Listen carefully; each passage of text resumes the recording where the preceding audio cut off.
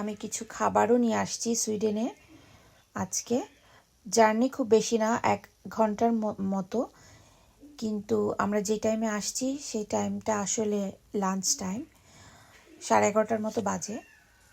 তো যাই হোক, আমরা খাওয়া দাওয়া করলাম। এখানে ছোট্ট একটা দোকান আছে যেখানে কফি পাওয়া যায়, সেখানে আসলাম।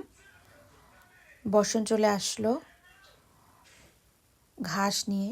লাইনে দাঁড়াইছি ট্রেনে ওঠার জন্য। আমাদের আসলে ট্রেনে করে যেতে হবে, এটা আমি জানতাম না। অনেক বড় লাইন, ট্রেনে করে আমাদের পুরাটা ঘোরাবে আর কি।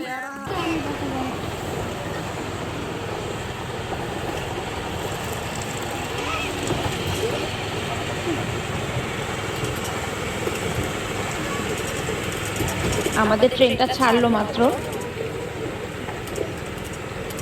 জঙ্গলের ভিতরে নিয়ে যাচ্ছে আমাদের। 45 মিনিটের মতো লাগবে বলে পুরোটা ঘুরে দেখতে।